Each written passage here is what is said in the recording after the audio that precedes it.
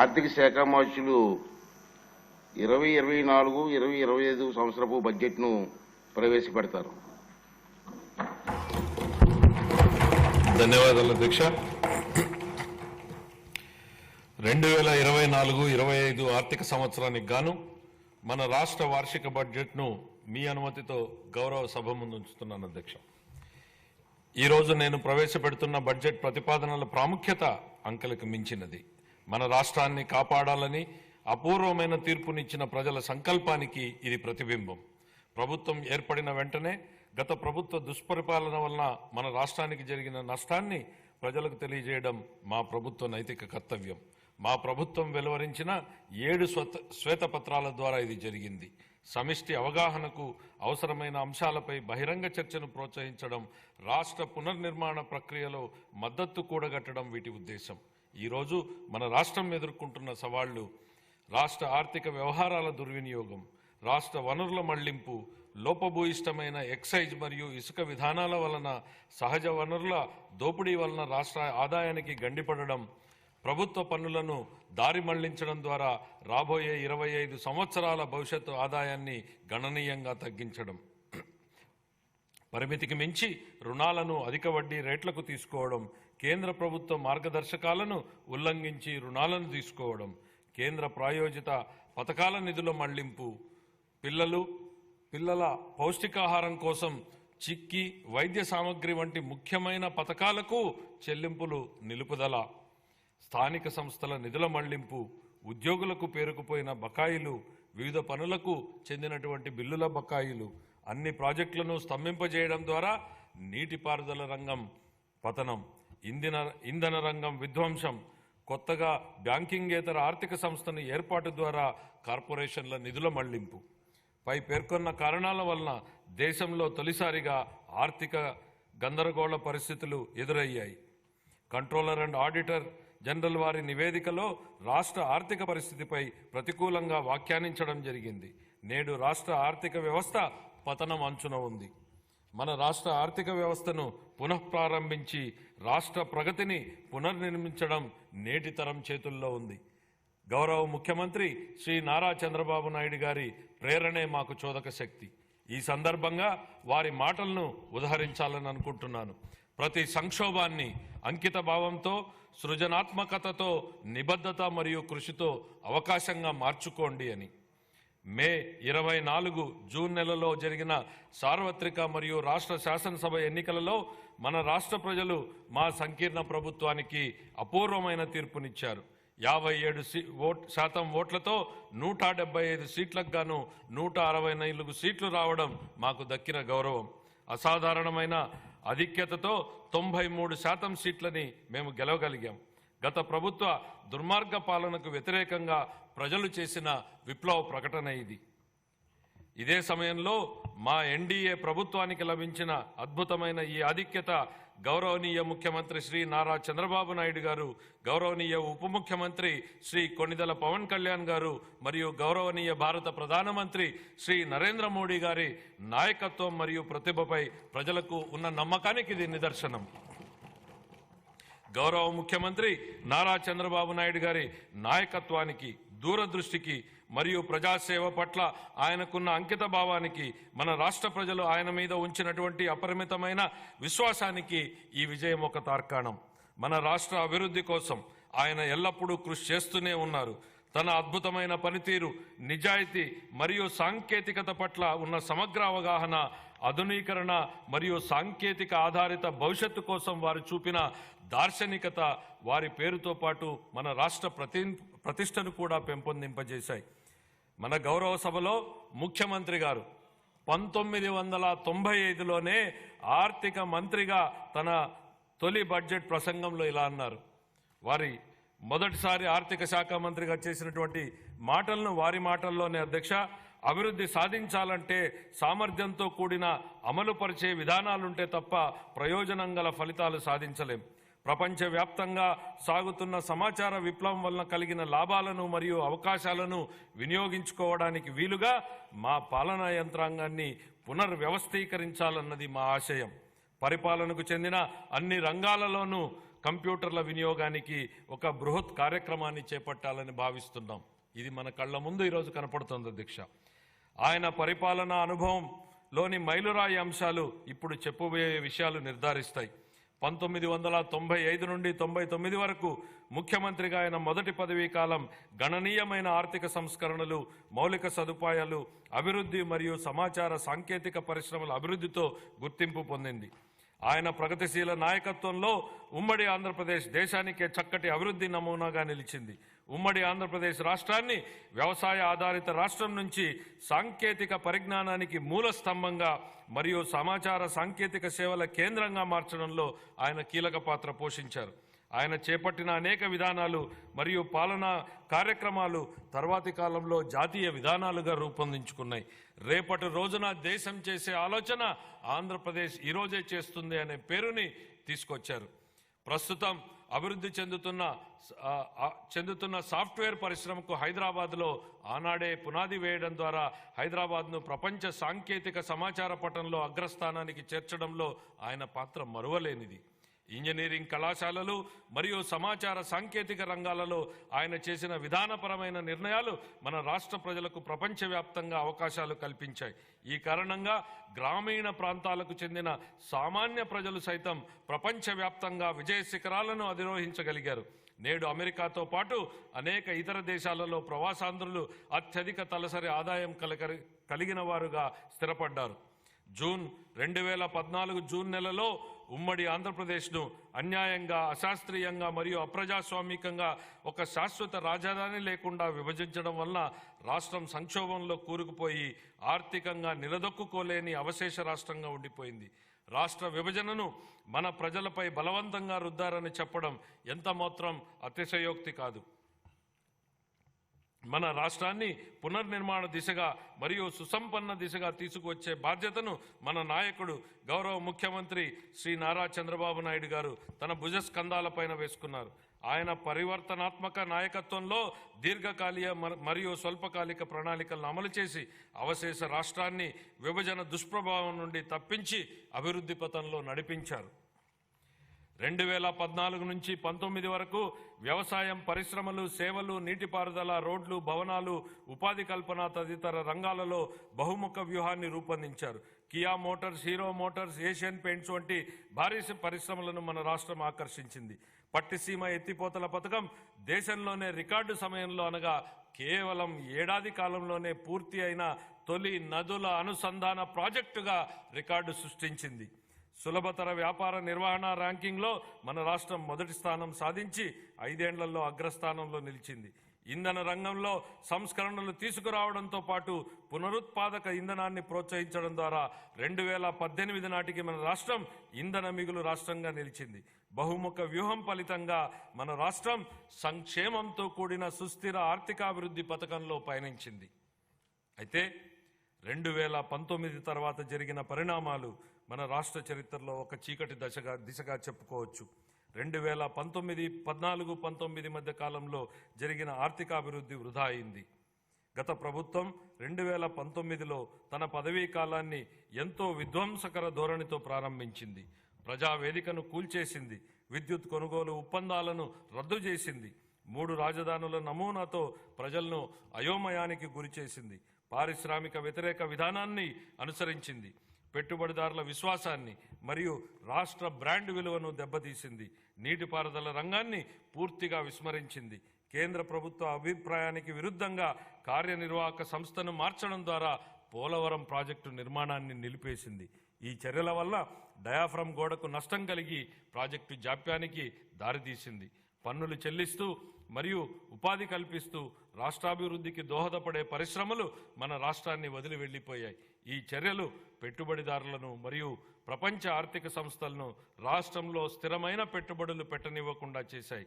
ఫలితంగా మన రాష్ట్రం ఆర్థిక పరిస్థితి విచ్ఛిన్నమైంది. ఈ సందర్భంగా కౌటిల్యుడి మాటలను ఒకసారి గుర్తు చేసుకుందాం. సంపదకు మూలం ఆర్థిక కార్యకలాపాలే. అవి లేకపోవడం వనరుల సమీకరణకు ఇబ్బందులు తెచ్చిపెడుతుంది. ఫలవంతమైన ఆర్థిక కార్యకలాపాలు లేకపోతే ప్రస్తుత శ్రేయస్సు మరియు భవిష్యత్ రెండూ నాశనమయ్యే ప్రమాదం ఉంది. ద్రవ్యం చలామణిలో ఉన్నప్పుడే ఆర్థిక వ్యవస్థలో సంపద సృష్టి జరుగుతుంది. ఇది జరగాలంటే ప్రాజెక్టుల అమలు తప్పనిసరి. కానీ గత ప్రభుత్వం ఉత్పాదకత మూలధన వ్యయాన్ని నిలిపివేయడం ద్వారా 2014-19 సంవత్సరాల మధ్య అత్యంత వేగంగా అభివృద్ధి చెందుతున్న రాష్ట్రాలలో ఒకటిగా ఉన్న మన రాష్ట్ర ఆర్థిక వ్యవస్థ 2019-24 సంవత్సరాల మధ్య గడ్డు స్థితికి చేరుకోవడానికి కారణమయ్యింది. గత ప్రభుత్వం రాష్ట్ర వనరుల దుర్వినియోగం మరియు నిధులను పక్కదారి పట్టించడం వంటి చర్యలతో పేలవమైన పాలన చేయడం జరిగింది. కేంద్ర ప్రాయోజిత పథకాలను నిధులను మళ్లించడమే కాక అందుకు సరిపోయే రాష్ట్ర వాటాను కూడా విడుదల చేయలేదు. కార్పొరేషన్ల నిధుల మళ్లింపు, రాష్ట్ర ఆర్థిక వ్యవహారాల దుర్వినియోగం వంటి చర్యలు అధిక రుణభారానికి దారితీశాయి. ప్రభుత్వ ఆస్తులను తాకట్టు పెట్టడం, స్థానిక సంస్థల నిధుల మళ్లింపు వంటి చర్యలకు పాల్పడడంతో పాటు బిల్లుల చెల్లింపు కోసం ప్రభుత్వానికి వ్యతిరేకంగా వాద్యాలు వేయడం వలన గుత్తేదారులకు నమ్మకం లోపించి ప్రభుత్వంపై విశ్వాసం సన్నగిల్లింది. గత ప్రభుత్వం అధికారం నుండి వైదొలిగే నాటికి మన రాష్ట్ర ఆర్థిక వ్యవస్థ పతనమంచున ఉంది. ఉద్యోగులకు గాను 21,980 కోట్ల రూపాయల బకాయిలు, కేంద్ర ప్రాయోజిత పథకాలకు 4,657 కోట్ల రూపాయల బకాయిలతో సహా మొత్తం 1,35,224 కోట్ల రూపాయలు బకాయిలు ఉన్నాయని శ్వేతపత్రంలో ఇప్పటికే పేర్కొన్నాం. ఇవన్నీ గత ప్రభుత్వ దుష్పరిపాలనకు, వైఫల్యానికి నిదర్శనం. 2019-24 సంవత్సరాల మధ్యకాలంలో నెలకొన్న పరిస్థితి చూస్తే మన రాష్ట్రం పటిష్టమైన ఆర్థిక సూత్రాలతో నడిచిందా, లేక వ్యక్తిగత ప్రయోజనాల కోసం లాభాపేక్షతో ఒక ప్రైవేటు సంస్థలాగా నడిచిందా అనే ప్రశ్న ఉత్పన్నమవుతుంది. గత ప్రభుత్వం ప్రజా సంక్షేమాన్ని పక్కన పెట్టి కేవలం ప్రైవేటు లాభం అనే భావనతోనే నడిచింది. సహజ వనరులను కొల్లగొట్టడం, సహజ ఖనిజాల అక్రమ తవ్వకాలతో రాష్ట్ర ఖజానాకు ఆదాయం నష్టం కలిగించడం, వ్యక్తిగత ప్రయోజనాల కోసం ఉద్దేశపూర్వకంగా ఇసుక మరియు ఎక్సైజ్ విధానాలను రూపొందించడం జరిగింది. ఈ చర్యల వలన ఒకవైపు రాష్ట్ర ఆర్థిక వ్యవస్థ క్షీణించగా, మరొక వైపు అధిక పన్నులు మరియు దుష్పరిపాలన కారణంగా ప్రజల కష్టాలు మరింత పెరిగాయి. గత ప్రభుత్వం ప్రజాస్వామిక గొంతులను అణిచివేయడం మరియు ప్రజాస్వామ్య వ్యవస్థలను దెబ్బతీయడం వంటి కక్ష సాధింపు చర్యలకు పాల్పడింది. గత ప్రభుత్వ దుష్పరిపాలనకు వ్యతిరేకంగా వివేకవంతమైన ప్రజాస్వామిక నిర్ణయం తీసుకుని మరొకసారి రాష్ట్ర చరిత్రగతిని సవ్య దిశగా మార్చిన మన రాష్ట్ర ప్రజలకు కృతజ్ఞతలు తెలియజేసుకుంటున్నాం. మన రాష్ట్ర ప్రజలు విఘ్నతతో ఇచ్చిన తీర్పు 2024లో ఎన్డీఏ కూటమి తిరిగి అధికారంలోకి వచ్చేందుకు దోహదపడింది. శ్రీ నారా చంద్రబాబు నాయుడు గారు నేడు రెట్టించిన ఉత్సాహంతో మరియు దృఢ సంకల్పంతో ఉన్నారు. స్వర్ణాంధ్రప్రదేశ్ విజన్కు 2024 సంవత్సరం ఒక మైలురాయి వంటిది. మా ప్రభుత్వం ఎన్ని సవాళ్లు ఎదురైనా ఇచ్చిన హామీలను నెరవేర్చడానికి గౌరవ ముఖ్యమంత్రి గారి నాయకత్వంలో కృషి చేస్తుంది. ఈరోజు నేను ప్రవేశపెడుతున్న బడ్జెట్ ప్రతిపాదనలు రాష్ట్ర ఆర్థిక నేపథ్యాన్ని దృష్టిలో ఉంచుకుని మరియు ఆర్థిక పునరుజ్జీవనమే లక్ష్యంగా మరియు సంపదను సృష్టించే విధంగా ఆర్థిక చక్రాన్ని పునఃప్రారంభించాలనే ఉద్దేశంతో రూపొందించబడినవి. అన్ని శాఖలకు కేటాయింపులు ప్రతిపాదించే ముందు మా ప్రభుత్వానికి మార్గదర్శిగా నిలిచిన స్వర్గీయ ఎన్టీ రామారావు గారి మాటలను నేను గుర్తు చేసుకోవాలనుకుంటున్నాను. సమాజమే దేవాలయం, ప్రజలే దేవుళ్ళు. వ్యవసాయం మరియు అనుబంధ రంగాలు. ఈ సందర్భంగా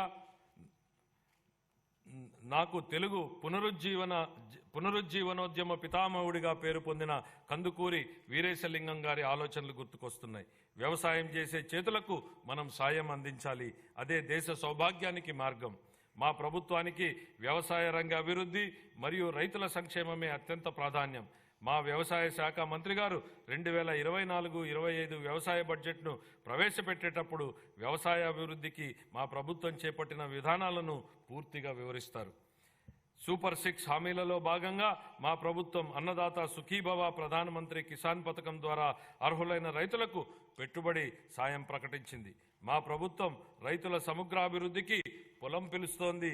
వడ్డీ లేని రుణాలు, భూసార కార్డుల పంపిణీ, వ్యవసాయ పనిముట్ల సరఫరా, భూసార పరీక్షల ప్రయోగశాలలు, పొలంబడి వంటి పథకాలను అమలు చేస్తోంది.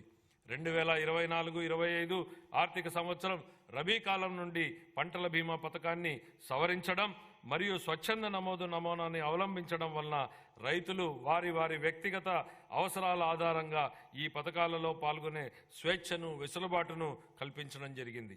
గ్రామీణ ఆర్థిక వ్యవస్థ స్థూల విలువను పెంచడంలో పశుసంవర్ధక రంగం కీలక పాత్ర పోషిస్తుంది. పశు సంపద మరియు కోళ్ల పెంపకం మన రాష్ట్రం దేశంలోనే 2వ స్థానంలో ఉంది. మన రాష్ట్రం గుడ్ల ఉత్పత్తిలో మొదటి స్థానంలోనూ, మాంసం ఉత్పత్తిలో 4వ స్థానంలోనూ, పాల ఉత్పత్తిలో 5వ స్థానంలోనూ ఉంది.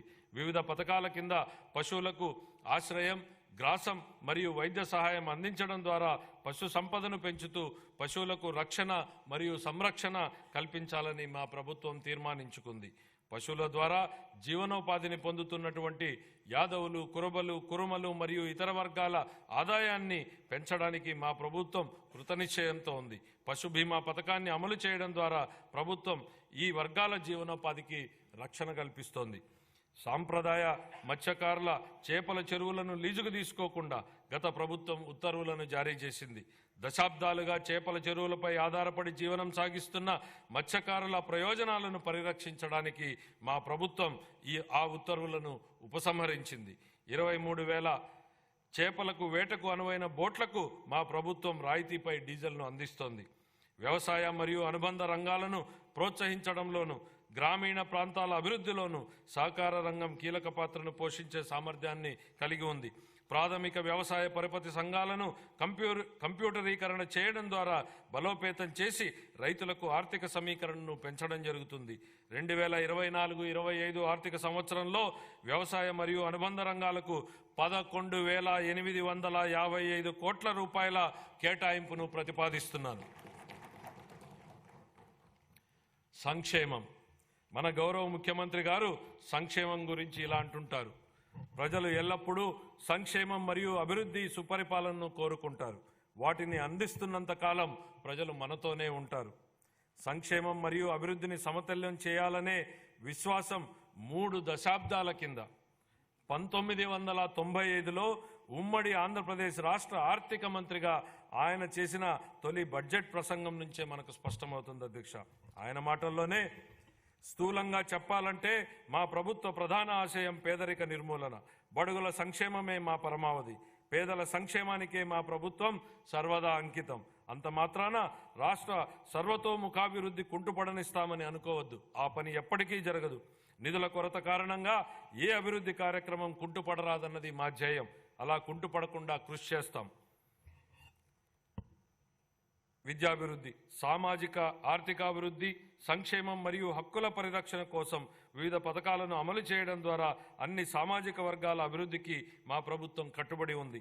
సంక్షేమానికి పెద్దపీట వేస్తూ స్వర్ణాంధ్ర 2047 దిశగా మేనిఫెస్టోలో ఇచ్చిన హామీలకు అనుగుణంగా మా ప్రభుత్వం ఎన్నో పథకాలను రూపొందిస్తోంది.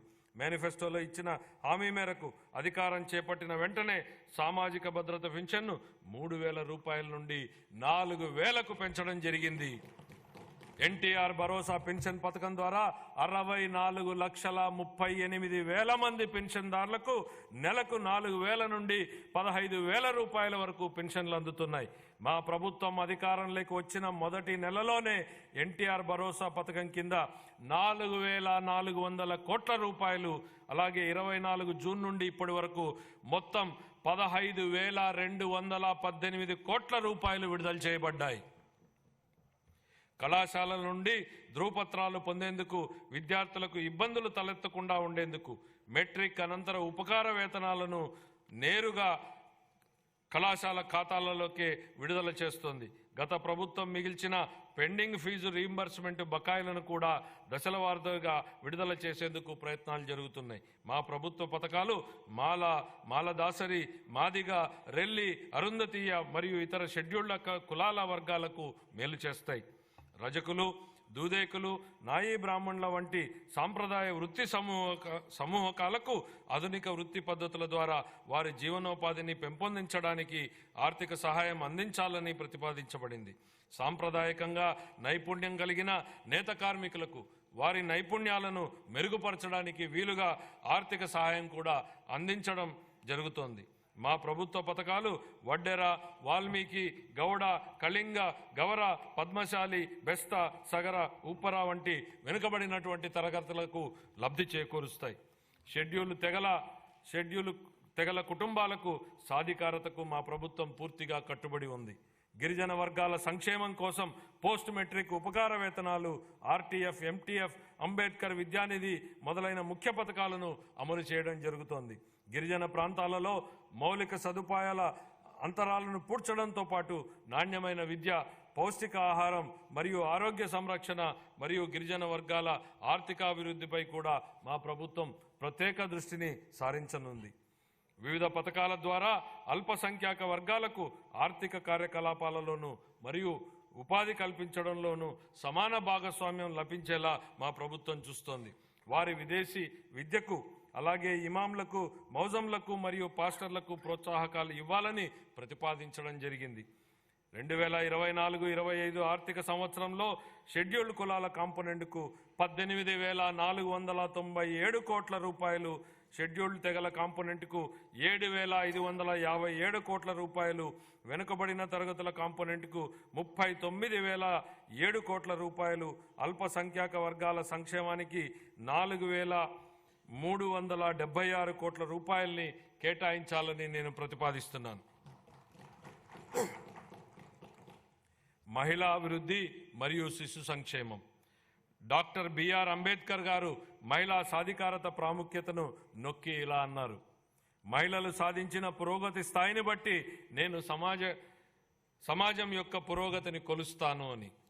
గౌరవనీయులైన ముఖ్యమంత్రి గారు కూడా ఈ ఆలోచనను గట్టిగా విశ్వసిస్తారు. ఆయన నాయకత్వంలో 1990వ దశకంలోనే మన రాష్ట్రం స్వయం సహాయక బృందాల ఉద్యమంలో దేశంగా అగ్రగామిగా నిలిచింది. పొదుపు చేయడంతో పాటు మహిళల వ్యవస్థాపక శక్తి పెరుగుతుందని, ఫలితంగా స్వయం ఉపాధి మాత్రమే కాకుండా సాధికారత కూడా లభిస్తుందని వారిది దృఢ విశ్వాసం. విస్తృత స్థాయిలో ఒక ఉద్యమంలాగా జరుగుతున్న కార్యకలాపాలకు నాటి ప్రభుత్వ సహకారం లభించడం వలన రాష్ట్రంలోని స్వయం సహాయక సంఘాలకు విశేష ఆదరణ దక్కింది. దీనివల్ల మన రాష్ట్రం దేశానికే ఆదర్శంగా నిలిచింది. మన రాష్ట్రంలో 10 లక్షలకు పైగా స్వయం సహాయక సంఘాలున్నాయి. గర్భిణులు, బాలింతలు మరియు 6 ఏళ్లలోపు పిల్లలకు పౌష్టికాహార స్థితిని మెరుగుపరిచేందుకు మా ప్రభుత్వం అనేక వినూత్న చర్యలు తీసుకుంటోంది. 26 జిల్లాల్లోని 55,607 అంగన్వాడీ కేంద్రాల ద్వారా సమీకృత శిశు అభివృద్ధి సేవలను మా ప్రభుత్వం అందిస్తోంది. పౌష్టికాహార లోపం మరియు రక్తహీనతల నివారణకు బాల సంజీవని సప్లిమెంటరీ పౌష్టికాహార కార్యక్రమాన్ని అమలు చేయడం జరుగుతుంది. ఈ సరుకులన్నింటినీ టేక్ హోమ్ రేషన్ రూపంలో అందించడం జరుగుతుంది. సూపర్ 6 వాగ్దానాలను నెరవేర్చే దిశగా మా ప్రభుత్వం దీపం 2 పథకాన్ని ప్రారంభించి సంవత్సరానికి 3 ఎల్పీజీ సిలిండర్లను ఉచితంగా అందిస్తోంది. 2024లో మొదటి ఉచిత సిలిండర్ పంపిణీ కోసం 895 కోట్లను విడుదల చేయడం జరిగింది. ఇందులో భాగంగా ఇప్పటికే 5 లక్షల మందికి పైగా లబ్ధిదారులు రాయితీ సొమ్ము అందింది. ప్రజా రవాణా బస్సులలో మహిళలకు ఉచిత ప్రయాణాన్ని ప్రవేశపెడతామని ఇచ్చిన మరో హామీని కూడా త్వరలో అమలు చేయడం జరుగుతుంది. ఈ కార్యక్రమం యొక్క ముఖ్య ఉద్దేశం శ్రామిక శక్తిలో మహిళల భాగస్వామ్యాన్ని పెంచడమే. 2024-25 ఆర్థిక సంవత్సరానికి మహిళాభివృద్ధి, శిశు సంక్షేమ శాఖకు 4,285 కోట్ల రూపాయల కేటాయింపును ప్రతిపాదిస్తున్నాను. నైపుణ్యాభివృద్ధి ప్రాధాన్యత గురించి చైనా తత్వవేత్త లావో జూ ఇలా అన్నారు: ఒక మనిషికి ఆహారంగా ఒక చేపను ఇస్తే ఒకరోజు ఆహారాన్ని మాత్రమే ఇచ్చినట్లవుతుంది. అందుకే అతనికి చేపలు పట్టడం నేర్పించు, జీవితాంతం తిండి పెట్టినట్టు అవుతుంది. 2014-19 కాలంలోనే గౌరవ ముఖ్యమంత్రి నారా చంద్రబాబు నాయుడు గారు నైపుణ్యాభివృద్ధి, విద్య మరియు దీర్ఘకాల పరిష్కారాల ప్రాముఖ్యతను అర్థం చేసుకుని అనేక నైపుణ్యాభివృద్ధి కార్యక్రమాలకు శ్రీకారం చుట్టడం జరిగింది. ఈరోజు గౌరవ మానవ వనరుల అభివృద్ధి శాఖ మంత్రి శ్రీ నారా లోకేష్ గారు నైపుణ్య గణన అనేటువంటి వినూత్న కాన్సెప్ట్కు నాయకత్వం వహిస్తున్నారు. ప్రపంచంలో తొలిసారిగా మా ప్రభుత్వం రాష్ట్ర స్థాయిలో నైపుణ్య గణనను నిర్వహిస్తోంది. ఇది మన శ్రామిక శక్తి యొక్క నైపుణ్యాలను మరియు సామర్థ్యాలను అర్థం చేసుకోవడానికి, తదనుగుణంగా పరిశ్రమలకు అవసరమైన నైపుణ్యాలను గుర్తించడానికి సహాయపడుతుంది. ఇది 20 లక్షల మందికి ఉపాధి అవకాశాలు కల్పించేందుకు అవసరమైన నైపుణ్యాలను అందించే కార్యక్రమాల రూపకల్పనకు దోహదపడుతుంది. ఇదే సమయంలో మా ప్రభుత్వం 192 నైపుణ్య కేంద్రాలు, నైపుణ్య కళాశాలలు మరియు నైపుణ్య విశ్వవిద్యాలయాల ద్వారా నైపుణ్య రంగంలో మౌలిక వనరులను బలోపేతం చేస్తుంది. ప్రాధాన్య రంగాలలో విదేశీ ఉపాధి అవకాశాలను అందిపుచ్చుకునేలా తయారు చేయడమే స్కిల్ ఇంటర్నేషనల్ యొక్క తాజా ప్రయత్నం. 2024-25 సంవత్సరానికి గాను నైపుణ్యాభివృద్ధి శాఖకు 1,215 కోట్ల రూపాయల కేటాయింపును ప్రతిపాదిస్తున్నాను. పాఠశాల విద్య. ప్రభుత్వం మరియు ప్రైవేటు పాఠశాలలో 1వ తరగతి నుంచి 12వ తరగతి వరకు చదివే పిల్లల తల్లులకు తల్లికి వందనం పథకం ద్వారా ఆర్థిక సహాయాన్ని అందిస్తూ మా ప్రభుత్వం సూపర్ 6 హామీని నెరవేరుస్తుంది. పేదరికం కారణంగా ఏ పిల్లవాడు విద్యకు దూరం కాకూడదు అనేది ఈ పథకం లక్ష్యం. ఇందుకే మధ్యలో చదువు మానేసిన పిల్లల సంఖ్యను గణనీయంగా తగ్గించడానికి సహాయపడుతుంది. పాఠశాలలలో మౌలిక సదుపాయాలను, విద్యార్థుల అభ్యసన ఫలితాలను మెరుగుపరిచేందుకు మా ప్రభుత్వం సమగ్ర సంస్కరణలు చేపడుతోంది. మన యువతకు ఉపాధి అవకాశాలు కల్పించడానికి మరియు విద్యా వ్యవస్థలో యువ ఉపాధ్యాయులను నూతన శక్తి నింపేందుకు ఖాళీగా ఉన్న 16,347 పోస్టులను భర్తీ చేసే దిశగా మెగా డిఎస్సి నియామకాన్ని ప్రకటించడం జరిగింది. ఇది మా ప్రభుత్వం తీసుకున్న ప్రధాన నిర్ణయాలలో ఒకటి. ముఖ్యమైన పథకాలకు ప్రముఖ విద్యావేత్త సర్వేపల్లి రాధాకృష్ణన్ మరియు సామాజిక కార్యకర్త శ్రీమతి డొక్కా సీతమ్మ గారి పేర్లను మా ప్రభుత్వం పెట్టింది. ఉపాధ్యాయుల బోధనపై మరింత దృష్టి పెట్టేందుకు వీలుగా అవసరమైన యాప్లను తొలగించడం ద్వారా ఉపాధ్యాయులపై యాప్ల భారాన్ని తగ్గించడం జరిగింది. ఇంటర్ విద్యార్థులకు ఉచితంగా పాఠ్యపుస్తకాలు మరియు బ్యాగులు అందించడం జరిగింది.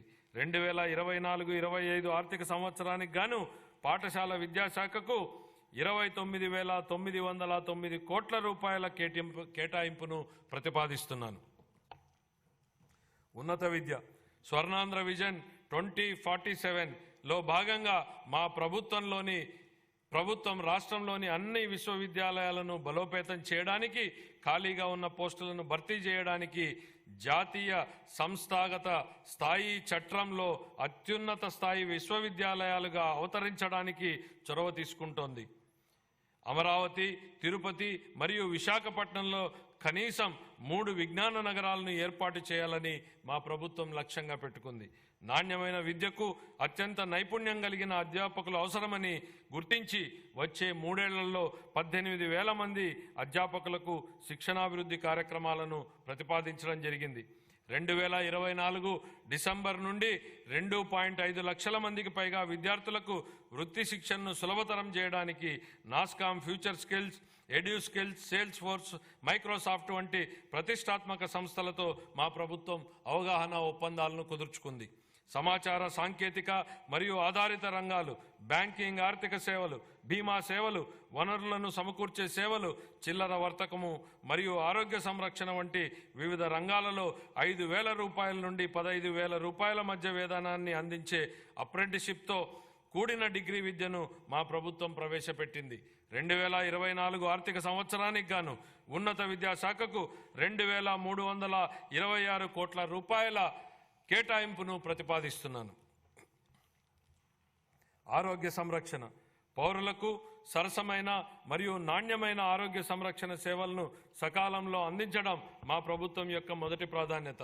అందరికీ ఆరోగ్యం లక్ష్యంగా మా ప్రభుత్వం ఆరోగ్య రంగంలో సమగ్ర సంస్కరణలు చేపడుతోంది.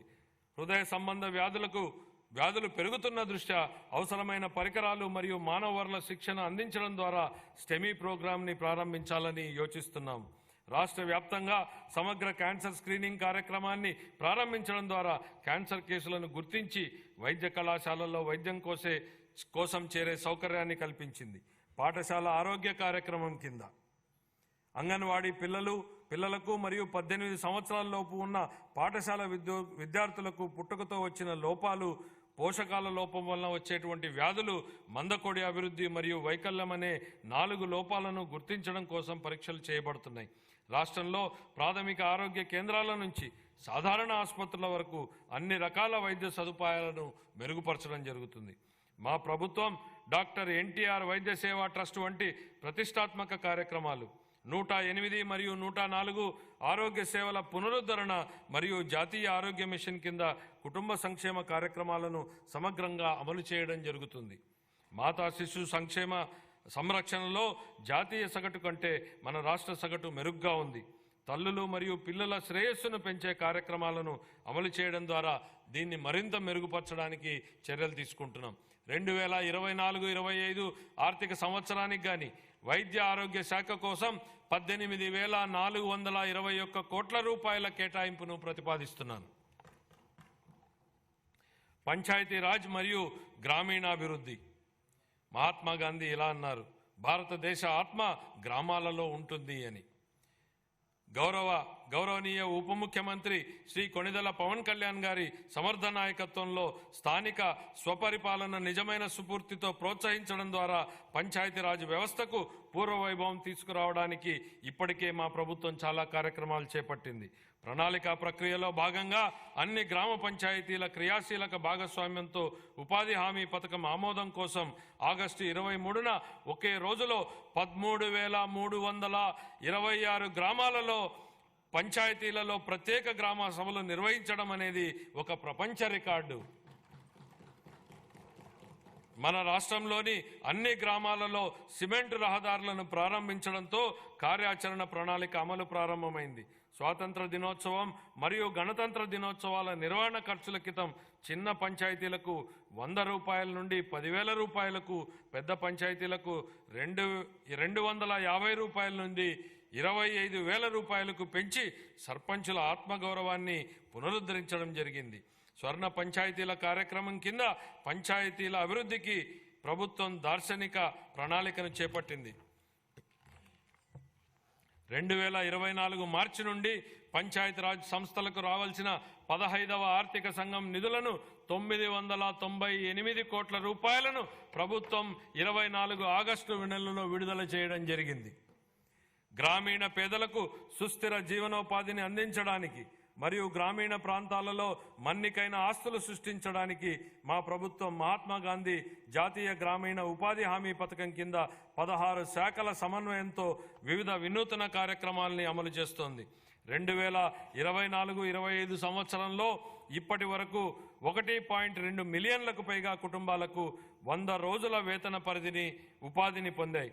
ఉద్యానవనం, సేద్యపు కుంటలు, పశు సంవర్ధక ఆవాసాలు వంటి ప్రాజెక్టులతో పాటు పైకప్పు నీటి సంరక్షణ, ఇంకుడు గుంతలు, చెక్ డ్యాంలతో పాటు సహజ వనరుల నిర్వహణ ప్రాజెక్టులు చేపట్టడం జరిగింది. గ్రామీణ ప్రాంతాలలో ప్రతి పేద కుటుంబాన్ని పేదరికం నుండి బయటపడేట్లు చేసేందుకు మా ప్రభుత్వం కట్టుబడి ఉంది. ప్రధానమంత్రి ఉపాధి కల్పన కార్యక్రమం, ప్రధానమంత్రి సూక్ష్మ ఆహార సంస్థల అధికారీకరణ, ప్రధానమంత్రి స్వనిధి పథకం మరియు ప్రధానమంత్రి విశ్వకర్మ వంటి వివిధ కేంద్ర ప్రభుత్వ రాయితీ పథకాలతో అనుసంధానం చేయడం ద్వారా స్వయం సహాయక బృంద సభ్యుల జీవనోపాధికి మా ప్రభుత్వం కార్యక్రమాల మద్దతును ఇస్తున్నాయి. ఈ వినూత్న కార్యక్రమాల అమలు ద్వారా స్వయం సహాయక బృంద సభ్యులు ఆదాయాన్ని పెంచడంతో పాటు అనధికార ఉపాధి అవకాశాలను పెంచడం కూడా మా ప్రభుత్వం లక్ష్యంగా పెట్టుకుంది. అదనంగా ఓపెన్ నెట్వర్క్ డిజిటల్ కామర్స్ను ప్రోత్సహించడం ద్వారా మా ప్రభుత్వం స్వయం సహాయక బృంద మహిళలకు వారి వ్యాపారాలను విస్తరించుకోవడానికి వీలు కల్పిస్తోంది. వారి ఉత్పత్తులను మార్కెట్లకు చేర్చడానికి విస్తృతంగా అవకాశాలను కల్పిస్తూ మరియు వారి అమ్మకాల సామర్థ్యాన్ని మెరుగుపరచడంలో ఇది వారికి ఉపయోగపడుతుంది. ఈ వ్యూహాత్మక విధానంలో ఆర్థిక సహాయం, నైపుణ్యాభివృద్ధి మరియు డిజిటల్ అవుట్రీచ్ల మిళితం అవడం వలన స్వయం సహాయక బృంద సభ్యులు స్థిరమైన ఆదాయాభివృద్ధిని పెంచుకోగలుగుతారు. ఆంధ్రప్రదేశ్ గ్రామీణ రహదారుల అనుసంధాన ప్రాజెక్టు ద్వారా 1,574 పనులను పూర్తి చేయడం జరిగింది. ఈ ప్రాజెక్టు 2,134 ఆవాసాలను 2,855 కిలోమీటర్ల రహదారులతో కలుపుతుంది. అదనంగా 164 రహదారులు మరియు వంతెనల ప్రాజెక్టులు కూడా కొనసాగుతున్నాయి. 2024 ఆర్థిక సంవత్సరానికి గాను పంచాయతీరాజ్ గ్రామీణాభివృద్ధి శాఖకు 16,739 కోట్ల రూపాయల కేటాయింపును ప్రతిపాదిస్తున్నాను. పట్టణాభివృద్ధి. గత ప్రభుత్వ హయాంలో పట్టణ ప్రాంతాలు తీవ్ర నిర్లక్ష్యానికి గురయ్యాయి. రాష్ట్ర వ్యాప్తంగా పురపాలక సంఘాలలో పారిశుద్ధ్యం లోపించింది మరియు వ్యర్థాల నిర్వహణ లోపం వలన టన్నుల కొద్దీ వ్యర్థాలు మరియు పూడిక పేరుకుపోయాయి. మా ప్రభుత్వం ప్రణాళికాబద్ధంగా సుస్థిర పట్టణాభివృద్ధికి కట్టుబడి ఉంది. విశాఖపట్నం, కాకినాడ, విజయవాడ, గుంటూరు, తిరుపతి, కర్నూలు తదితర ప్రధాన నగరాలను అభివృద్ధి చేయనున్నాం. 50,000 నుంచి 99,999 మంది జనాభా ఉన్ని రెండో తరగతి పట్టణాలకు భౌగోళిక సమాచారక వ్యవస్థ GIS ఆధారిత బృహత్తర ప్రణాళికలను రూపకల్పనకు శ్రీకారం చుట్టడం జరిగింది. అమృత్ 2 కింద జలవనరుల పునరుద్ధరణ, మురుగునీటిని శుద్ధి చేసి తిరిగి వినియోగించుకోవడం, వర్షపు నీటి సంరక్షణతో పాటు ప్రజలందరికీ సురక్షిత నీటిని సరఫరా చేయాలని మా ప్రభుత్వం భావిస్తోంది. అన్ని పట్టణ ప్రాంతాలలో పట్టణ మౌలిక సదుపాయాలు మరియు అత్యవసర సేవలకు సేవా స్థాయి ప్రమాణాలను సాధించడానికి ప్రణాళికలు రూపొందించబడ్డాయి. 5 ఏళ్లుగా కనుమరుగైన రాష్ట్ర కళల రాజధాని అమరావతి నేడు రూపుదిద్దుకుంటోంది. ప్రపంచ స్థాయిలోనే అత్యుత్తమ మౌలిక సదుపాయాలు, పెట్టుబడులు మరియు ఉద్యోగాలకు ప్రపంచ స్థాయి గమ్యస్థానంగా అమరావతి మారబోతోంది.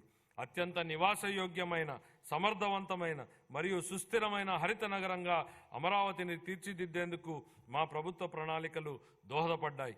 రాజధాని నగరంలో మౌలిక సదుపాయాలు అభివృద్ధి చేయడానికి మా ప్రభుత్వం కేంద్ర ప్రభుత్వం ద్వారా బహుళ పాక్షిక నిధుల సంస్థల నుండి 15,000 కోట్ల రూపాయల నిధులను పొందడం జరిగింది. పట్టణ ప్రాంతంలో నివసిస్తున్న నిరుపేదలకు సరసమైన ధరలకు ఆహారాన్ని అందించడంతో మా ప్రభుత్వం మొత్తం 123 పట్టణ ప్రాంతాల పరిధిలో 204 అన్నా క్యాంటీన్లను ఏర్పాటు చేయడం జరిగింది. గ్రామీణ ప్రాంతాల్లో కూడా 158 అన్నా క్యాంటీన్లను ఏర్పాటు చేయడానికి ప్రణాళికలు సిద్ధం చేయడం జరిగింది. 2024-25 ఆర్థిక సంవత్సరానికి పురపాలక పట్టణాభివృద్ధి శాఖకు 11,490 కోట్ల రూపాయల కేటాయింపును ప్రతిపాదిస్తున్నాను. గృహ నిర్మాణం. 2029 నాటికి అందరూ ఇళ్లు నిర్మించి ఇవ్వాలన్న మా ప్రభుత్వం కృతనిశ్చయంతో ఉంది. ప్రధానమంత్రి ఆవాస్ యోజన, NTR నగరాలు పథకం కింద ఆర్థికంగా వెనుకబడిన వర్గాలకు 25 లక్షల ఇళ్ల పట్టాలు ఇవ్వాలని లక్ష్యంగా పెట్టుకోవడం జరిగింది. ఈ నిర్ణయం ఆర్థికంగా వెనుకబడిన వర్గాల సంక్షేమ కార్యక్రమానే కాకుండా రాష్ట్ర ఆర్థిక కార్యకలాపాలకు కూడా ఊతమిస్తోంది. ఈ కార్యక్రమం కింద ఇంటి స్థలాన్ని కానీ పక్కా ఇళ్లు లేని వారికి ఇళ్ల స్థలాల పట్టాలు మంజూరు చేయడం జరుగుతుంది. ప్రధానమంత్రి ఆవాస్ యోజన కింద 6.9 లక్షల ఇళ్లు, ప్రధానమంత్రి ఆవాస్ యోజన కింద 1.79 లక్షల గ్రామీణ ఇళ్లను పూర్తి చేయాలని ప్రతిపాదించడం జరిగింది. ప్రధానమంత్రి జన్మన్ పథకం కింద నిస్సహాయ గిరిజన సమూహాల కోసం 15,000 పైగా గృహాలను పూర్తి చేయాలని ప్రతిపాదించడం జరిగింది. అన్ని శాఖల సమన్వయంతో హౌసింగ్ లేఅవుట్లలో మౌలిక సదుపాయాలను అభివృద్ధి చేయడానికి మా ప్రభుత్వం కట్టుబడి ఉంది. 2024-25 ఆర్థిక సంవత్సరానికి గృహ నిర్మాణ శాఖకు 4,012 కోట్ల రూపాయల కేటాయింపుని ప్రతిపాదిస్తున్నాను. జలవనరుల నిర్వహణ. సాగునీటి రంగాన్ని గత ప్రభుత్వం పూర్తిగా నిర్లక్ష్యం చేసింది. వంశధార స్టేజ్ 2, హంద్రీనీవా సుజల స్రవంతి 2వ దశ, వెలుగొండ ప్రాజెక్టు, తోటపల్లి బ్యారేజు, గజపతి నగరం బ్రాంచ్ కెనాల్, చింతలపూడి ఎత్తిపోతల పథకం, Pulichintala, Gundlakamma reservoir, Somasila Swarnamukhi link canal వంటి సాగునీటి ప్రాజెక్టుల్లో ఏ ఒక్కదానిలోనూ పురోగతి లేదు. పోలవరం విషయంలో కేంద్ర జలశక్తి మంత్రిత్వ శాఖకు చెందిన పోలవరం ప్రాజెక్టు అథారిటీ సలహాలను పట్టించుకోకుండా నిర్మాణ కీలక దశలో ఉన్నప్పుడు ఏజెన్సీని హఠాత్తుగా మార్చడం వలన డయాఫ్రమ్ గోడ కూలి ప్రాజెక్టు నిర్మాణంలో తీవ్ర జాప్యం జరిగింది. ప్రాజెక్టు ప్రయోజనాల కోసం ఏళ్ల తరబడి ఎదురు చూస్తున్న ఆంధ్ర, ఉత్తరాంధ్ర మరియు రాయలసీమ వాసులకు ఈ జాప్యం కలవరపెడుతోంది. మా ప్రభుత్వం సాగునీటి రంగానికి అధిక ప్రాధాన్యతనిస్తూ ప్రతి పొలానికి నీటిని తీసుకెళ్లాలనే లక్ష్యంతో సమగ్ర నూతన జల విధానాన్ని రూపొందించడం జరుగుతోంది. రాష్ట్రాన్ని కరువు రహిత రాష్ట్రంగా తీర్చిదిద్ది త్రాగు మరియు సాగు మరియు పారిశ్రామిక అవసరాలకు నీటి భద్రతను కల్పించేందుకు కార్యాచరణ ప్రణాళికలు రూపొందించడం జరిగింది. పోలవరం జాతీయ నీటిపారుదల ప్రాజెక్టును త్వరితగతిన పూర్తి చేయడం మా ప్రభుత్వ మొదటి ప్రాధాన్యత. చింతలపూడి ఎత్తిపోతల పథకం, బొడ్డేపల్లి రాజగోపాలరావు వంశధార ప్రాజెక్టు రెండవ దశ, Poola Subbaiah Veligonda project, Handri Neeva Sujala Sravanthi project, Tungabhadra high level canal వ్యవస్థ మెరుగుదల, చిన్న నీటిపారుదల, వాటర్ షెడ్, భూగర్భ జలాల నిర్వహణతో సహా నిర్మాణంలో ఉన్న అన్ని ప్రాజెక్టులను పూర్తి చేసేందుకు మా ప్రాజెక్టు కట్టుబడి ఉంది. వీటితో పాటు అదనంగా భవనాసి చెరువు మార్పిడి ప్రాజెక్టును మరియు మహేంద్ర తనయ ఆఫ్షోర్ ప్రాజెక్టును చేపట్టాలని మా ప్రభుత్వం భావిస్తోంది. గోదావరి, పెన్న, నాగావళి వంశధార నదులను అనుసంధానం చేయడం ద్వారా రాష్ట్ర వ్యాప్తంగా నీటి భద్రతను కల్పించాలని భావిస్తోంది. 2024-25 ఆర్థిక సంవత్సరానికి జలవనరుల శాఖకు 16,705 కోట్ల రూపాయల కేటాయింపును ప్రతిపాదిస్తున్నాను. పరిశ్రమలు మరియు వాణిజ్యం, పారిశ్రామిక అభివృద్ధికి అనువైన వాతావరణాన్ని కల్పించడంపై మా ప్రభుత్వం దృష్టి సారించింది. పెట్టుబడిదారులను మరియు ఔత్సాహిక పారిశ్రామికవేత్తలను ప్రోత్సహించి తద్వారా వివిధ రంగాలకు ఉపాధిని కల్పించే దిశగా నూతన విధానాలను రూపొందించడం జరిగింది. మా ప్రభుత్వం ఆంధ్రప్రదేశ్ పారిశ్రామిక వృద్ధి పాలసీ 4 తీసుకురావడం జరిగింది. ఆంధ్రప్రదేశ్ సూక్ష్మ మరియు చిన్న మధ్య తరహా అభివృద్ధి పాలసీ 4 తక్షణమే ఉపయోగించుకునేట్లుగా ప్రైవేటుగా పారిశ్రామిక వాడల ఏర్పాటుకు ఒక ప్రత్యేక విధానం, ఆంధ్రప్రదేశ్ ఫుడ్ ప్రాసెసింగ్ 4వ పాలసీలను మా ప్రభుత్వం తీసుకురావడం జరిగింది. ఈ విధానాలలో పోటీతత్వ ప్రోత్సాహక పద్ధతిని ప్రవేశపెట్టగా దీనికి పారిశ్రామిక రంగం నుండి సానుకూల స్పందన వచ్చింది. మన రాష్ట్రాన్ని పెట్టుబడుల గమ్యస్థానంగా మార్చేందుకు పెట్టుబడిదారుల్లో మా ప్రభుత్వం మళ్లీ ఆసక్తిని పెంచింది. 2024-25 ఆర్థిక సంవత్సరానికి పరిశ్రమలు, వాణిజ్య శాఖకు 3,127 కోట్ల రూపాయల కేటాయింపును ప్రతిపాదిస్తున్నాను. ఇంధన రంగం,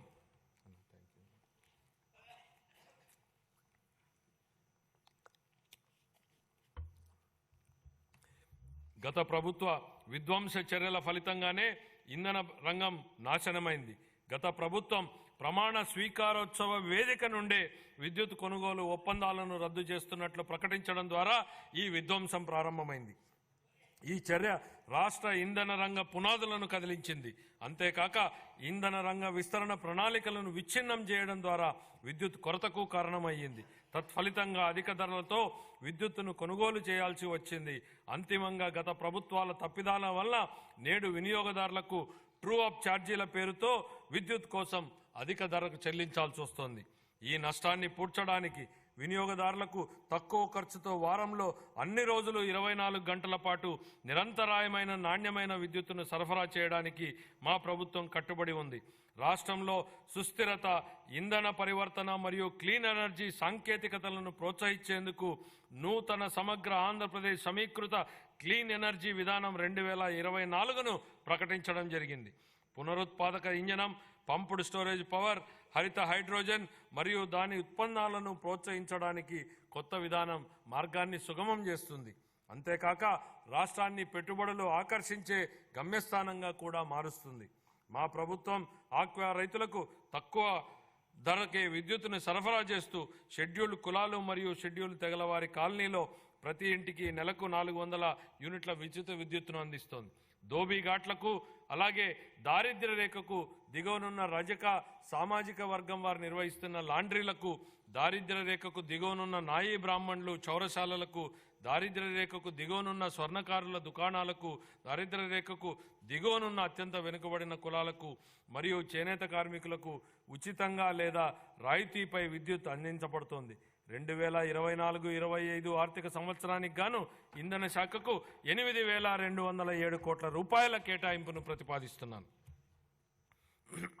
రవాణా మరియు రోడ్లు మరియు భవనాలు, రహదారుల నిర్వహణ మరియు మరమ్మతుల విషయంలో గత పాలకులు నిర్లక్ష్యం వహించడంతో పాటు రాష్ట్రంలో రహదారుల కంటే గుంతలే ఎక్కువగా ఉన్నాయి. ఏళ్ల తరబడి నడుస్తున్న మౌలిక సదుపాయాల పురోగతికి విఘాతం కలిగింది. ఒకప్పుడు 2019 నాటికి నాణ్యమైన రహదారుల అనుసంధానం ఉన్న రాష్ట్రం 2024 నాటికి గుంతలమైన గుంతలమయమైన రహదారులతో సతమతమవుతోంది.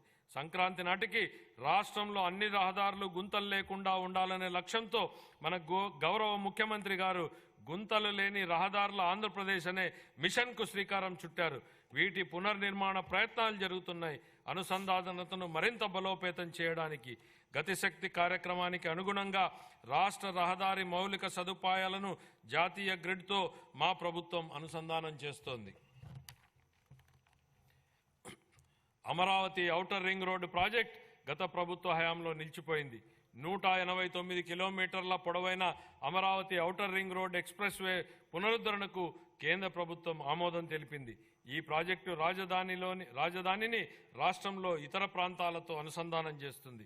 ఈ ప్రాజెక్టు మన రాష్ట్రంలో ప్రాంతీయ అనుసంధానతను మరియు ఆర్థికాభివృద్ధిని పెంపొందిస్తుంది. మన రాష్ట్రంలో 687 కిలోమీటర్ల మేర 6 వరుసల జాతీయ రహదారి ప్రాజెక్టు పనులను ఎంతో పురోగతిలో ఉన్నాయి.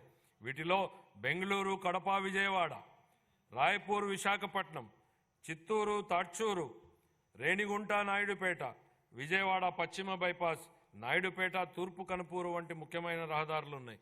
వీటితో పాటు 4 వరుసల జాతీయ రహదారులైన హైదరాబాద్ విశాఖపట్నం, బెంగళూరు చెన్నై ఎక్స్ప్రెస్ రహదారుల్లో 165 కిలోమీటర్ల మేర పనులు పురోగతిలో ఉన్నాయి. న్యూ డెవలప్మెంట్ బ్యాంక్ ఆర్థిక సహకారంతో మండల అనుసంధాన మరియు గ్రామీణ అనుసంధానత అభివృద్ధి ప్రాజెక్టు మరియు ఆంధ్రప్రదేశ్ రహదారులు వంతెనల పునర్నిర్మాణ ప్రాజెక్టులను మా ప్రభుత్వం అమలు చేస్తుంది. ఈ ప్రాజెక్టులను జిల్లా ప్రధాన కేంద్రాలు మరియు మండల కేంద్రాల మధ్య, అదేవిధంగా అన్ని మండల కేంద్రాల మధ్య 2 వరుసల రహదారుల అనుసంధానతను కల్పించడానికి 2522 కిలోమీటర్ల రహదారులను ఈ పరిధిలోకి తీసుకువస్తాము. వాహనాలు త్వరితగతిన నడిచేందుకు వీలుగా ప్రధానమైన జిల్లా రహదారుల ఉపరితలాన్ని మెరుగుపరచడానికి 2199 కిలోమీటర్ల మేర పనులను మంజూరు చేయడం జరిగింది. వీటిని 2025 మార్చి నాటికి పూర్తి చేయాలని మా ప్రభుత్వం లక్ష్యంగా పెట్టుకుంది. గిరిజన ప్రాంతాలతో హరిజన అనుసంధానాన్ని మెరుగుపరచడం కోసం మరియు వరదల వలన దెబ్బతిన్న రహదారులకు మరమ్మతులు చేయడం కోసం 99 రాష్ట్ర రహదారులు మరియు 134 జిల్లా ప్రధాన రహదారులను జాతీయ వ్యవసాయ మరియు గ్రామీణాభివృద్ధి బ్యాంకు నిధులతో పూర్తి చేయడానికి మా ప్రభుత్వం ప్రాధాన్యతనిస్తోంది. జూన్ 24 నుండి మా ప్రభుత్వం రహదారుల రంగానికి 600 కోట్ల రూపాయలను విడుదల చేసింది. రాష్ట్ర విపత్తు నివారణ నిధి ఎన్డీఆర్ఎఫ్ మరియు రాష్ట్ర విపత్తు ప్రతిస్పందన నిధుల కింద కేటాయింపులతో సహా 2024-25 ఆర్థిక సంవత్సరానికి గాను రవాణా, రోడ్లు మరియు భవనాల శాఖకు 9554 కోట్ల రూపాయల కేటాయింపును ప్రతిపాదిస్తున్నాను. యోజన, పర్యాటక మరియు సాంస్కృతిక శాఖ మన రాష్ట్రానికి చెందిన క్రీడాకారులు జాతీయ మరియు అంతర్జాతీయ స్థాయిలో రాణించి రాష్ట్రానికి గర్వకారణంగా నిలుస్తున్నారు. మా ప్రభుత్వం క్రీడాకారులను ప్రభుత్వ ఉద్యోగాలలో 3% రిజర్వేషన్లను ప్రకటించింది. ఇది దేశంలోనే అత్యధికం. మా ప్రభుత్వం ప్రతిపాదించిన ఆర్థిక ప్రోత్సాహాలు కూడా దేశంలోనే అత్యధికం.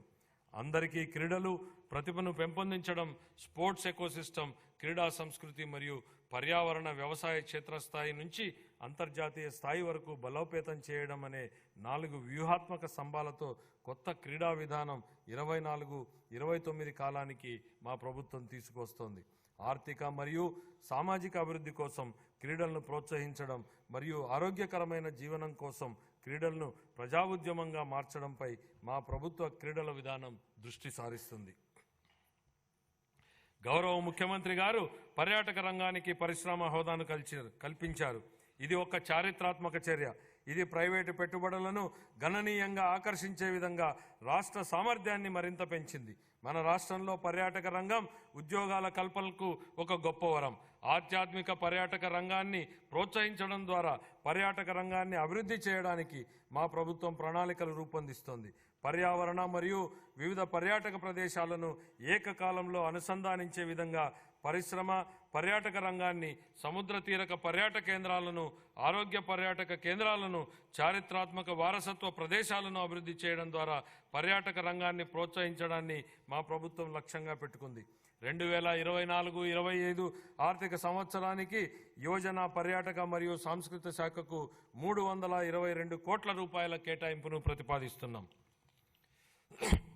పోలీసు శాఖ గత 5 ఏళ్లలో పోలీసు శాఖను నిర్లక్ష్యం చేయడం వలన ఆ శాఖ నైతిక స్థైర్యం మరియు నిర్వహణ సామర్థ్యం తీవ్రంగా దెబ్బతిన్నాయి.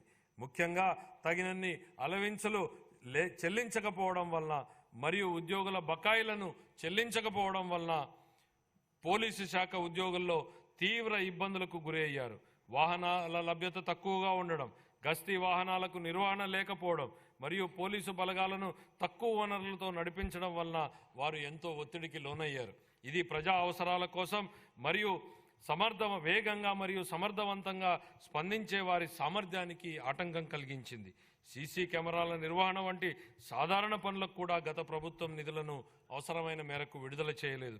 ఈ క్లిష్టమైన సమస్యలను గుర్తించిన మా ప్రభుత్వం ఆధునీకరణ మరియు సమకాలీన సవాళ్లకు ధీటుగా పోలీస్ శాఖను సన్నద్ధం చేయడంపై దృష్టి సారించి ఈ శాఖ సామర్థ్యాలను పునరుద్ధరించడానికి మరియు పెంచడానికి నిర్ణయాత్మక చర్యలు చేపట్టింది. నూతన వాహనాలు మరియు అధునాతన పరికరాల కొనుగోలుకు, మౌలిక వసతుల కల్పనకు, పోలీసు బలగాల ఆధునీకరణకు మా ప్రభుత్వం 62 కోట్ల రూపాయల నిధులను ఇప్పటికే విడుదల చేసింది. పోలీసు శాఖకు పూర్వ వైభవాన్ని తీసుకురావడానికి గౌరవ ముఖ్యమంత్రి గారు సమూల మార్పునకు ఆమోదం తెలిపారు. శ్రీకాకుళం, చిత్తూరు, ప్రకాశం మరియు రాజమహేంద్రవరాలలో కొత్తగా ప్రత్యేక 4 పోలీస్ బెటాలియన్లను ఏర్పాటు చేయడం జరుగుతుంది. అంతేకాక 300 మంది మహిళా సహాయక డెస్క్లను మరియు సైబర్ నేరాలను అరికట్టడానికి ప్రతి జిల్లాలో సైబర్ పోలీస్ స్టేషన్లను కూడా ప్రత్యేకంగా ఏర్పాటు చేయడం జరుగుతుంది. మాదక ద్రవ్యాల కేసులో సత్వర పరిష్కారానికి రాష్ట్ర వ్యాప్తంగా 13 ఫాస్ట్ ట్రాక్ NDPS కోర్టులను ఏర్పాటు చేస్తున్నాం. ఆధునీకరించబడిన మరియు తక్షణమే ప్రతిస్పందించగలిగే సమర్థవంతమైన పోలీస్ దళాలను పునర్నిర్మించే దిశగా చేపట్టిన ఈ చర్యలను మా ప్రభుత్వ నిబద్ధతను సూచిస్తాయి. గత ప్రభుత్వ హయాంలో యువత గంజాయి వాడకం విపరీతంగా పెరిగింది. ఆ సమయంలో దేశంలో పట్టుబడిన మాదక ద్రవ్యాల మూలాలు మన రాష్ట్రంలో ఉండడం సిగ్గుచేటు. అధ్యక్ష, మాదక ద్రవ్యాల విస్తృత వినియోగ వ్యతిరేక కార్యక్రమంలో భాగంగా మా ప్రభుత్వం మాదక ద్రవ్యాల వినియోగ వ్యతిరేక టాస్క్ ఫోర్స్ను ఏర్పాటు చేసింది. విద్యార్థులు గంజాయి మరియు పొగాకు వాడకుండా ఉండేందుకు వారిలో అవగాహన పెంచే సమగ్ర కార్యక్రమాలను ప్రవేశపెట్టడం జరిగింది.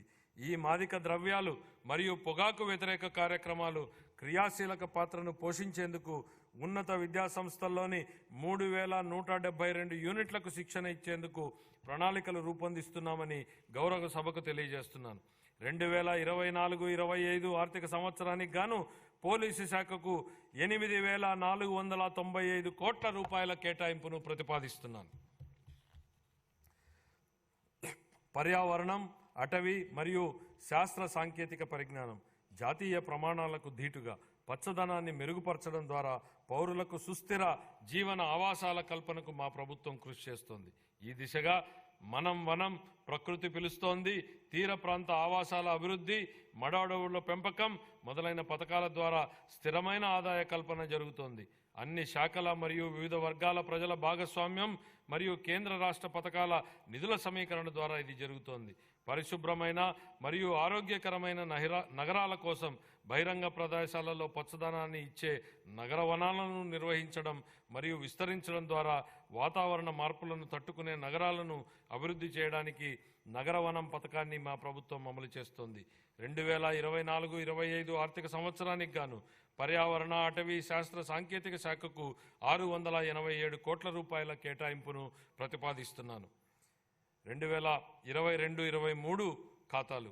ఆంధ్రప్రదేశ్ అకౌంటెంట్ జనరల్ వారు ఖరారు చేసిన ఆర్థిక లెక్కల ప్రకారం 2022-23 ఆర్థిక సంవత్సరానికి గాని రెవెన్యూ లోటు 43,488 కోట్ల రూపాయలు మరియు ద్రవ్యలోటు 52,509 కోట్ల రూపాయలుగా చెప్పడం జరిగింది.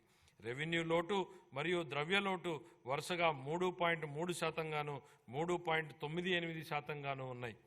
2023-24కు సవరించిన అంచనాల ప్రకారం 2023-24 ఆర్థిక సంవత్సరానికి రెవెన్యూ వ్యయం 2,12,450 కోట్ల రూపాయలు కాగా మూలధన వ్యయం 23,330 కోట్ల రూపాయలు.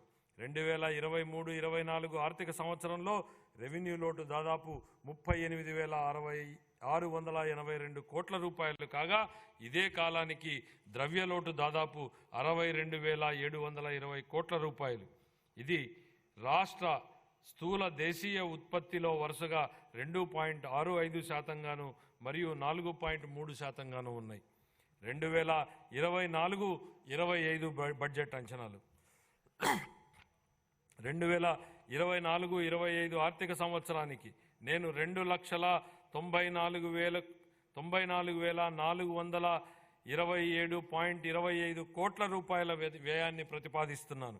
ఇందులో రెవెన్యూ వ్యయం అంచనా 2,35,916.99 కోట్ల రూపాయలు మరియు మూలధన వ్యయం అంచనా 32,712.84 కోట్ల రూపాయలు. ఇదే కాలానికి రెవెన్యూ లోటు 34,743.38 కోట్ల రూపాయలు మరియు ద్రవ్యలోటు 68,742.65 కోట్ల రూపాయలుగా ప్రతిపాదిస్తున్నాను. రాష్ట్ర స్థూల దేశీయ ఉత్పత్తిలో రెవెన్యూ లోటు 4.19% మరియు ద్రవ్యలోటు 2.12% ఉండవచ్చు. ముగింపు. నేను ముందే చెప్పినట్టుగా మన రాష్ట్ర ప్రగతి పునఃప్రారంభానికి మరియు పునర్నిర్మాణానికి ఈ బడ్జెట్ ఒక తొలిమెట్టు. తమ తమ కుటుంబాలలోని ప్రతి ఒక్కరికి ఆరోగ్యం, విద్య, జ్ఞానం, నైపుణ్యం మరియు సంపదలు కలగాలని ప్రతి కుటుంబం కూడా కలలు కంటుంది.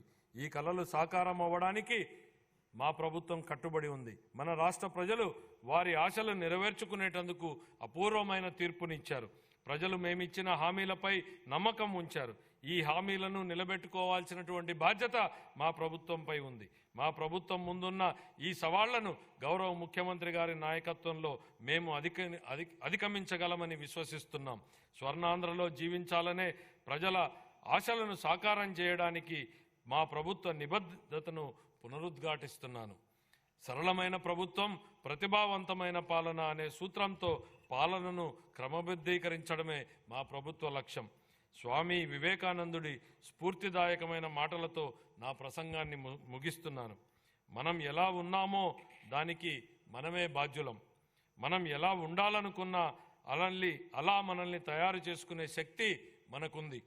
మనం ఇప్పుడు ఉన్నది మన గత చర్యల ఫలితమైతే భవిష్యత్తులో మనం ఏమి కావాలనుకుంటున్నామో అది మన ప్రస్తుత చర్యల ద్వారా ఖచ్చితంగా నిర్ణయించబడుతుంది. కాబట్టి ఎలా నడుచుకోవాలో మనం తెలుసుకోవాలి. ఈ మాటలతో నేను ఇప్పుడు బడ్జెట్ను గౌరవ సభ ఆమోదం కోసం సమర్పిస్తున్నాను. జై ఆంధ్రప్రదేశ్, జై హింద్.